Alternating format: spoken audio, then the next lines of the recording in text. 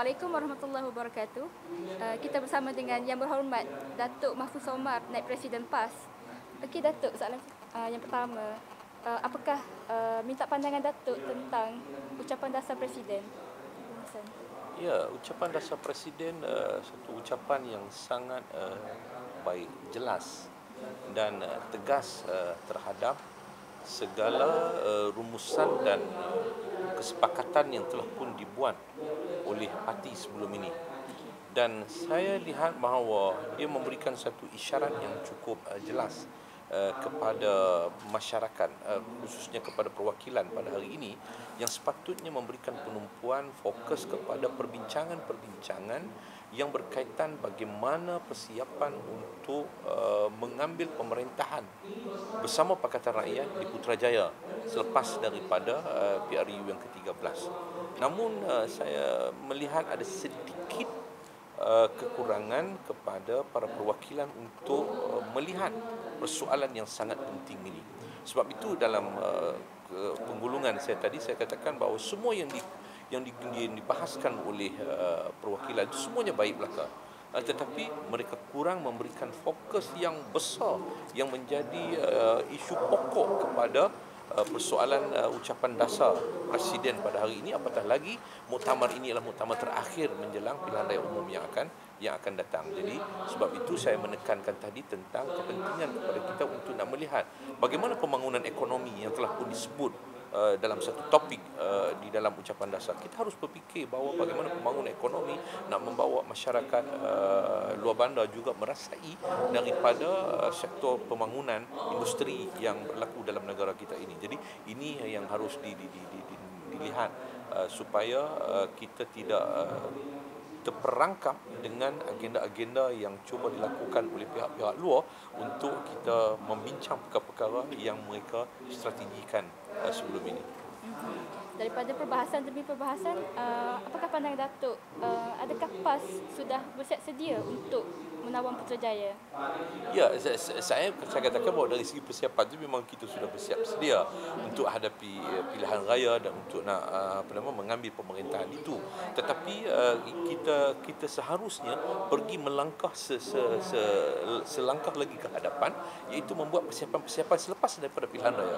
Harus bermula sekarang, iaitu bagaimana mengenal pasti dasar-dasar dan polisi-polisi yang kita lihat bahawa perlu kepada pembaharuan, perlu kepada pembaikan, perlu kepada reformasi dan sebagainya. Sebab itu saya sebutkan tadi bahawa hal-hal yang berkaitan dengan pembangunan GLC perlu ada satu reformasi supaya GLC dapat memberikan manfaat kepada negara kita untuk menjadikan sebuah negara berkebajikan untuk rakyat. Kemudian institusi yang berkaitan dengan keuangan umat Islam yang terbesar, iaitu tabung haji, perlu berikan nafas baru selepas daripada dia telah pun dibangunkan sejak sekian lama, yang memerlukan kepada pengurangan kuasa menteri.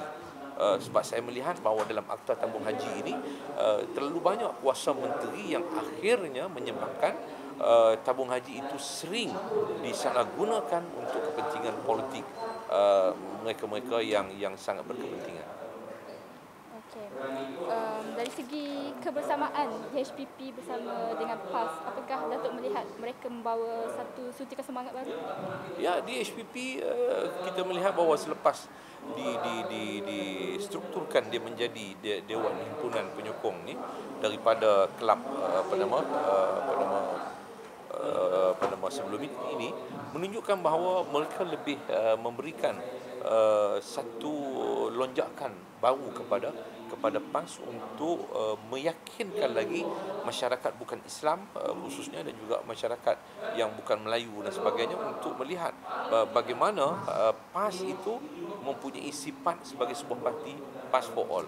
Jadi parti untuk semua. Sebab itu saya melihat bahawa kegigihan mereka turun ke padang satu yang sangat merangsangkan, dan malah kadang-kadang kita melihat bahawa mereka lebih berinisiatif lebih daripada ahli-ahli PAS itu sendiri. Mereka sudah ditarbiyahkan. Ya. Okey, yang terakhir Datuk, dari segi kempen saman AES, apakah Datuk melihat ia cukup untuk mencetuskan gelombang kebangkitan rakyat untuk menolak BN dalam pilihan raya akan datang? Ya, isu ini dia bermula daripada isu kempen Saman Eko. Dan bagi kami dalam peringkat KASA ni, isu gelombang ES ini ialah gelombang yang keempat selepas isu Saman Eko yang telah pun melalui 3 gelombang, dan gelombang ES ini adalah gelombang yang keempat yang telah digerakkan oleh KASA. Itu satu agensi di dalam parti kita untuk menggerakkan usaha kesedaran rakyat ini. Jadi saya melihat bahawa ini sangat mendekati rakyat, kerana kita dapat menyelami permasalahan-permasalahan yang dihadapi oleh rakyat. Tetapi harus diingat bahawa kita bukan penggalak kepada pemanduan yang ikut suka hati tanpa berpandukan kepada undang-undang lalu lintas. Tetapi apa yang kita melihat bahawa pelaksanaan ES itu satu pelaksanaan yang menekan masyarakat pengguna jalan raya, dan akhirnya mengambil kesempatan untuk syarikat-syarikat ini membina keuntungan yang sangat lumayan atas kesalahan yang dilakukan oleh orang lain. Jadi sebab itu bagi saya bahawa dalam masa yang sama kami mendesak untuk IS itu ditangguhkan.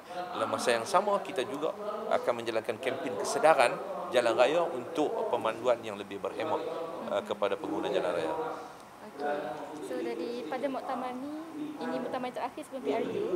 Jadi apakah harapan Datuk kepada muktamirin dan muktamirat, dan khususnya umum kepada masyarakat Malaysia? Ya, harapan saya pertama sekali kepada perwakilan ialah supaya mereka melangkah balik daripada putik ini dengan satu azam baru, dengan satu tekad untuk memastikan bahawa gerak kerja kita selepas ini adalah gerak kerja yang memasuki gear 5.